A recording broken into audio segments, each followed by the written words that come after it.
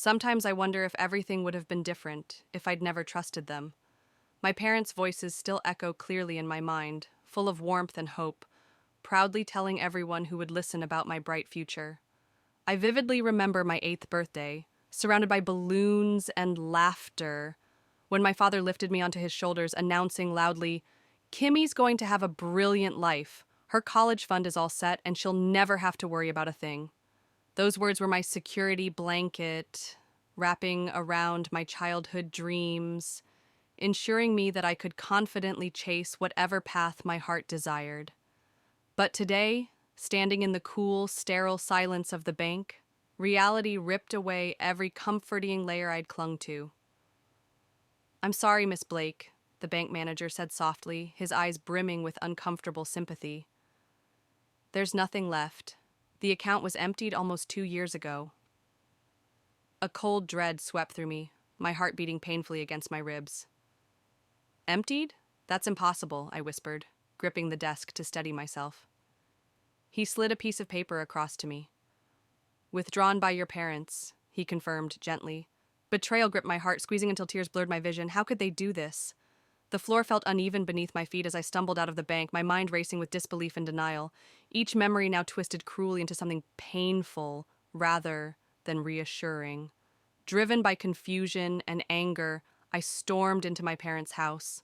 My mother was seated at the kitchen table, calmly sipping coffee as though she hadn't just torn my world apart. My father stood by the window, staring out absently. "How could you?" My voice trembled with hurt and accusation. "You took everything from my savings. Why?" They exchanged a glance, not a hint of remorse visible. My mother's voice was steady, almost dismissive. "Eva needed it more, Kimberly. She's struggling." "Struggling?" I echoed, barely recognizing my own voice. "Eva just bought a house. I was counting on that money." "Yes," my father interjected coldly, his gaze finally shifting to meet mine. "Eva bought her home because we helped her. She's had difficulties you wouldn't understand. You've always been the spoiled one. It's time you learn to stand on your own." His words struck like physical blows, robbing me of breath. Spoiled? All my life, I'd carefully followed their rules, worked tirelessly to make them proud. Yet somehow, it was never enough. The unfairness of it burned sharply in my chest, my body shaking from life hurt and confusion. "But you said it was mine for my future," I whispered, my voice barely audible. My mother sighed, setting down her cup, irritation flashing in her eyes. "Eva deserved it more. Honestly, Kimberly, it's always been so easy for you. Can't you handle one setback without throwing a tantrum?" I stood frozen, the sting of her words reopening every old wound I'd buried beneath smiles and assurances. A wave of nausea rose in my throat. My childhood trust shattered completely, the warmth replaced by a harsh, unforgiving chill. The parents I thought I knew, who I believed protected me, had just made it clear how disposable I truly was. "You lied to me," I said, my voice strengthening with a raw edge of determination. "All these years, you let me believe I mattered to you just as much as Eva." My father turned away dismissively, returning his gaze to the garden outside. "Grow up, Kimberly. This is real life. Not everything revolves around you." Their casual cruelty pierced deep, embedding itself in my heart. But amid the pain, something else began to simmer, a defiant fire sparked by the harsh truth they'd forced upon me. I wouldn't be their doormat anymore. As I turned to leave, tears blurred my vision again, but they were different this time, fueled by anger, betrayal, and the first seeds of a plan forming in the quiet chaos of my mind. They believed they'd silenced me, kept me neatly in line. They didn't know how wrong they were. Stepping outside, I sucked in a shaky breath. Determined and unbroken, I knew what I had to do. My parents had rewritten my past without permission, but I would take control of the future. They'd learn the consequences of betraying someone they never imagined would fight back. That night, sleep eluded me as memories flooded back, revealing patterns of favoritism I'd long ignored. I recalled countless birthdays where Eva received extravagant gifts, while mine were forgotten entirely, brushed aside with casual apologies. My academic achievements met with indifferent nods, paling next to their praise for Eva's minor accomplishments. Every family conversation subtly revolved around Eva's needs. Her mistakes rationalized away, while my own were magnified as proof of selfishness. Desperate for support, I decided to confront Eva, hopeful she might acknowledge my pain. I found her lounging casually on her patio, sipping wine, surrounded by friends whose laughter stilled as I approached. "Ava, we need to talk," I began carefully, fighting to keep my voice steady. She raised an eyebrow, smirking dismissively. "About what now?" "Our parents used my savings for your house," I stated plainly, waiting for any sign of remorse. Eva laughed loudly, mocking amusement clear in her eyes. "You're spoiled and selfish, Kim. Stop whining. Honestly, it wasn't even your money. It was just sitting there, wasted on you." Her friends exchanged uncomfortable glances, but Eva didn't care. My cheeks flushed hotly, humiliation mixing with anger. Retreating, I paused as I overheard Eva's gleeful voice behind me. "Can you believe she thinks she deserves that money? Like she's ever had to struggle for anything."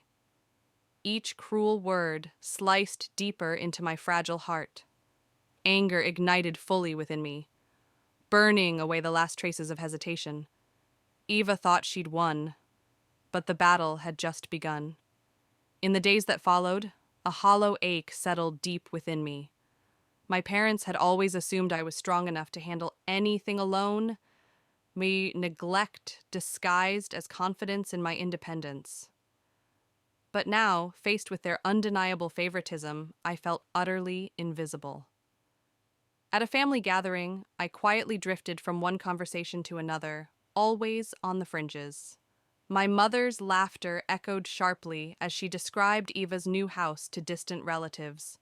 My father's proud voice boomed as he spoke of Eva's so-called achievements, conveniently overlooking her numerous mistakes. Feeling suffocated, I stepped onto the porch for fresh air, only to find Uncle Richard leaning against the railing, watching me with kind eyes. Richard had always been gentle, observant, and thoughtful, the one family member who genuinely seemed to notice me. "Hey, Kim," he said softly, concern evident in his tone. "You doing okay?" My throat tightened, emotion flooding to the surface. Unable to hold back, I admitted everything. The betrayal, Eva's mockery, and my parents' cruel indifference. Richard listened silently, his eyes growing darker with understanding and sympathy. "I'm so sorry, Kimberly," he finally said, his voice thick with sincerity. "I've watched them treat you unfairly for years, and I should have said something sooner." I shook my head, wiping tears from my cheeks. "It's not your fault, Uncle Richard." He sighed heavily, staring into the distance. "Family loyalty should never come at the expense of your own self-worth, Kim. Remember that." Richard's words resonated deeply, planting a powerful realization within me. All my life, I desperately sought my parents' approval, believing loyalty to family was unconditional. But in that moment, clarity struck fiercely. I owed nothing to those who consistently treated me like an afterthought. With renewed strength, I met Richard's eyes, determination hardening my voice. "You're right. They've made their choice, and now I'll make mine." A gentle smile tugged at Richard's lips, pride clear in his eyes. "Whatever you choose to do, Kimberly, know that you aren't alone." His unwavering support was the lifeline I desperately needed, igniting my courage. It was time my family faced the consequences of their actions. I spent days carefully gathering evidence, determined not to leave any loose ends. Each step forward felt simultaneously empowering and devastating. the cruel necessity of exposing the very people who had raised me, creating a constant ache in my chest. But the more I uncovered, the more I realized how deeply their betrayal ran. In a quiet office downtown, I sat across from a lawyer, my fingers nervously twisting in my lap. "Your parents didn't just withdraw the funds," she explained gently, her eyes kind yet serious. "They committed bank fraud, Kimberly. Your signature was forged. They falsified investment documents. This is a serious crime." My heart pounded painfully, hearing those words aloud. The gravity of my parents' actions truly settled over me. The betrayal had gone beyond emotional wounds. It was criminal. I swallowed hard, steadying my voice. "What happens next?" She slid a file toward me. "We'll build a case, but once you move forward, Kimberly, there's no turning back." I nodded slowly, resolute. They didn't leave me a choice. After leaving the lawyer's office, the weight of my decision pressed heavily on my shoulders. I needed reassurance, someone to lean on. Uncle Richard had always been my anchor, and instinctively I went to him again. We met at a quiet cafe, where his gentle presence calmed my restless heart. "Uncle Richard," I began softly, sipping the warm my insteri in instacker ori bar my nerves. "Did you know about this? About them taking my money?" He sighed deeply, regret evident in his eyes. "I didn't know how far they'd gone. I confronted them once about their favoritism toward Ava. But instead of listening, they shut me out completely. I've regretted not pushing harder ever since." His admission stung, but also confirmed I wasn't overreacting. My pain was valid. Richard reached out, placing a comforting hand over mine. "You're brave, Kim. You don't owe them your silence." His support emboldened me, reinforcing my resolve. Quietly, I began planning a dinner, a family gathering under the guise of reconciliation. My parents eagerly accepted, likely assuming I had come crawling back, ready to apologize. Eva agreed smugly, believing she'd already won. The evening of the dinner arrived, tension coiling tightly inside me. The house felt foreign now, each wall echoing memories tainted by betrayal. Eva lounged confidently, sipping her wine, recounting her grand plans for renovating her new home. My parents watched her proudly, their smiles wide and untroubled. My hands trembled slightly as I prepared to speak, rehearsing silently the devastating truth I was about to reveal. Just as I summoned the courage to interrupt, I overheard my mother's voice drifting clearly from the next room, speaking proudly to a guest. "Yes, we've generously helped Eva with Kim's funds. Eva deserved it far more, considering how much she's overcome. Kimberly will manage. She always does." Her words pierced deeply, reigniting the fresh wound of betrayal.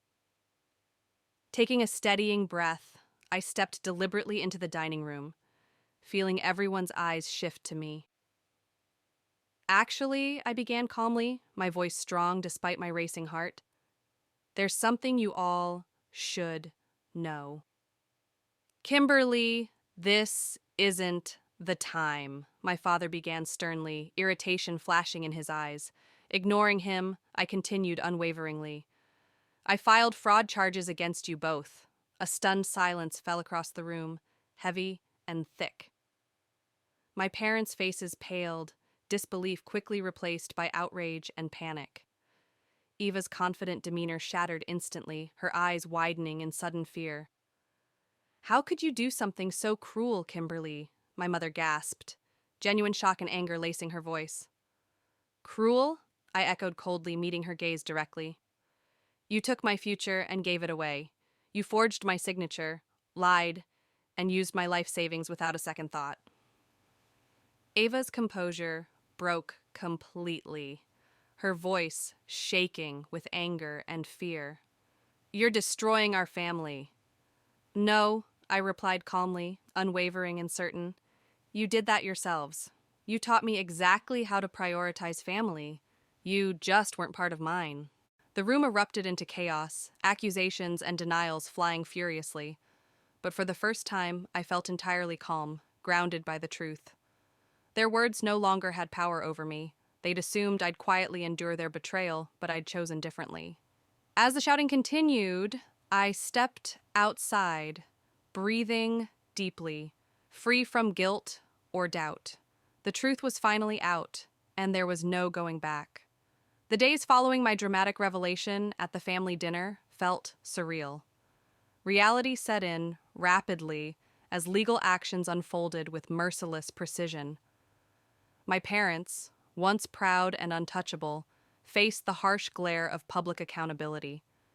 Newspaper headlines exposed their betrayal, each word another dagger twisting into our family name. Eva, initially defiant, was quickly consumed by panic and anger as she faced losing everything. Her prized home, funded by my stolen future, was no longer secure. As she struggled, her messages to me became desperate and accusing, shifting swiftly between pleas for forgiveness and furious blame.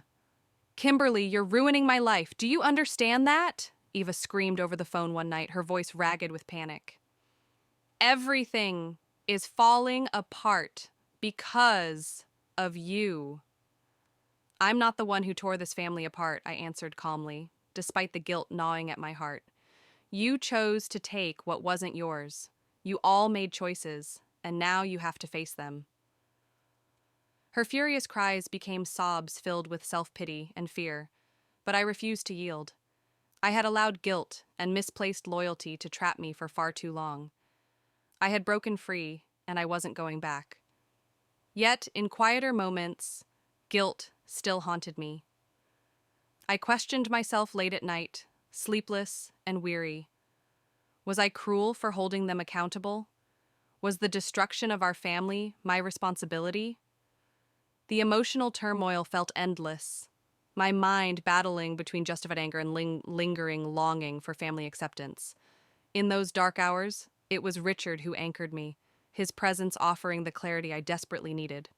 Sitting together on his porch one evening, Richard patiently listened as I poured out my conflicted heart. "They were my parents, Richard," I whispered, tears spilling freely. "Part of me still loves them, even after everything they've done. Is that wrong?" Richard's gaze softened with understanding. "Love isn't wrong, Kim. It's natural, but loyalty isn't owed where it isn't returned. They chose Eva repeatedly, at your expense. They left you no other choice. You deserved better." His words resonated Kraus, crying, the storm of doubt raging within me.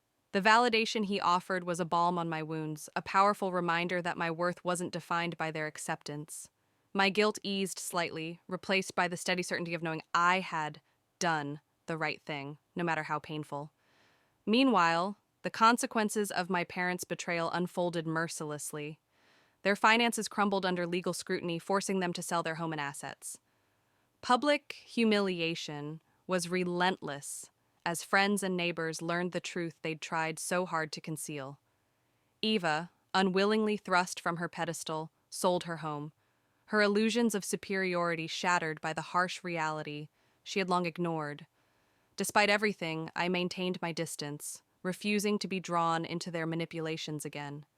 Eva's messages grew increasingly desperate and emotional, veering between self-righteous anger and tearful apologies.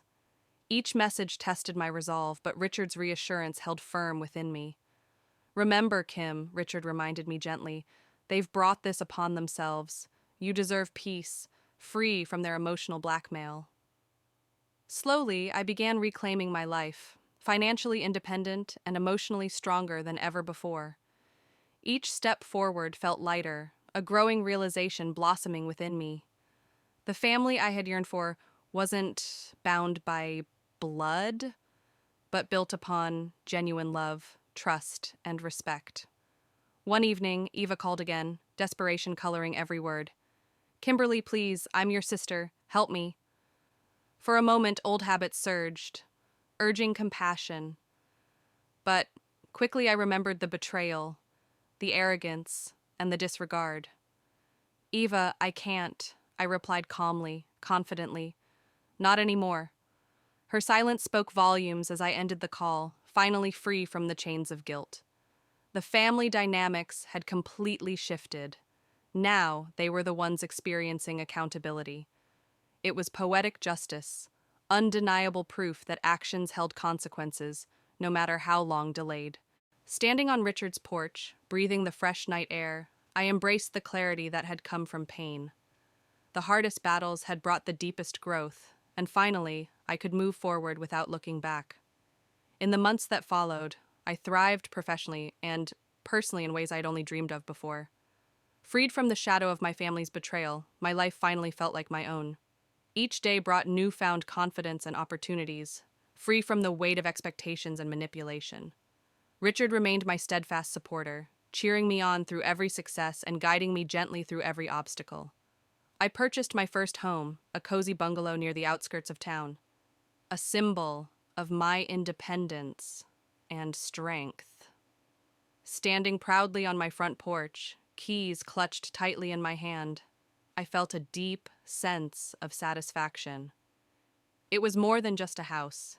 It represented every struggle I had overcome, every painful lesson learned, and every ounce of resilience I had found within myself. Professionally, I advanced quickly, earning recognition at work. Validated years of unnoticed efforts, colleagues valued my insights, respected my contributions, and acknowledged my potential in ways my family never had. Each accomplishment reinforced the truth I had fought so hard to embrace. My worth wasn't measured by others' opinions, but by my own integrity and determination. Still, moments of reflection occasionally caught me off guard. One afternoon, driving home from work, I spotted a help wanted sign displayed in the window of a local diner. Instinctively, Eva came to mind, and I briefly imagined sending her a picture, wondering if she had truly hit rock bottom yet. The thought passed quickly, replaced instead by a quiet, peaceful acceptance. I chose not to reach out, not from spite or bitterness, but from understanding. Our paths had diverged irreparably, and I no longer felt responsible for her choices or their consequences. Letting go, I drove past the diner, a faint smile playing across my lips. It was a small victory, but significant nonetheless. Despite everything, Eva occasionally sent desperate, emotional messages, begging for financial help or forgiveness. Each message tugged briefly at old, buried emotions, but I remained firm. I had learned that forgiveness didn't mean sacrificing boundaries, nor did compassion mean opening myself up to further harm. With each firm but gentle refusal, I reclaimed a piece of myself once surrendered to misplaced loyalty. As time passed, the space left by my family's absence gradually filled with genuine connections and authentic friendships. Colleagues became close friends, neighbors turned into companions, and Richard's quiet, steady presence anchored my newfound community. These relationships showed me what true family could look like, built on mutual respect, trust, and kindness. On a sunny weekend morning, Richard and I sat together on my porch, sipping coffee and enjoying comfortable silence. Eventually, he turned to me, his gaze filled with warmth and pride. "Kim, you've come so far. Watching you take back your life has been incredible. I hope you see how strong you truly are." Tears filled my eyes, but this time they were tears of gratitude rather than sorrow.